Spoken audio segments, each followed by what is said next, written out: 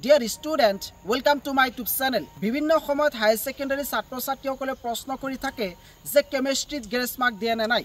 আজি প্ৰমাণ সহকাৰে তোমালোকক দেখুৱাব বিচাৰিছো প্ৰতি বছৰ শিক্ষাৰ্থীসকলক কেমিষ্ট্ৰিত গ্ৰেছ মাৰ্ক দিয়ে আৰু এই বছৰ তোমালোকক গ্ৰেছ মাৰ্ক দিব। কেমিষ্ট্ৰিত উত্তীৰ্ণ হ'বলৈ হ'লে মিনিমাম 21 মাৰ্কছ পাব লাগে, কিন্তু এজন ষ্টুডেণ্টে কেৱল মাত্ৰ 17 মাৰ্ক পাইছে। ইয়া মই মাৰ্কশ্বিট দেখুৱাব বিচাৰিছো এইজন ষ্টুডেণ্টে কেমিষ্ট্ৰিত মাত্ৰ 17 মাৰ্ক পাইছে আৰু এইজন ষ্টুডেণ্টক আৰু 4 গ্ৰেছ মাৰ্ক দি উত্তীৰ্ণ কৰাই দিছে। গতিকে তোমালোকৰ কেমিষ্ট্ৰি পৰীক্ষা যদি বেয়া হৈছে তেতিয়াহ'লে টেনশ্যন কৰিব নালাগে। প্ৰতি বছৰ শিক্ষাৰ্থীসকলক গ্ৰেছ মাৰ্ক দি আহিছে আৰু এই বছৰ কিন্তু তোমালোকক গ্ৰেছ মাৰ্ক দিব। আৰু এই গ্ৰেছ মাৰ্কৰ বিষয়ে মই ইতিমধ্যে বহুত কেইটা ভিডিঅ' বনাইছো আৰু বিতংকৈ মই এনেদৰে ভিডিঅ' বনাই থাকিম।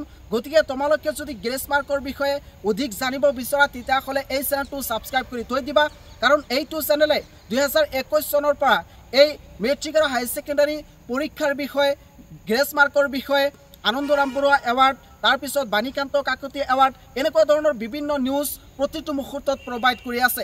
গতিকে পলম কিয়, এতিয়াই তোমালোকে চেনেলটো ছাবস্ক্ৰাইব কৰি থৈ দিয়া।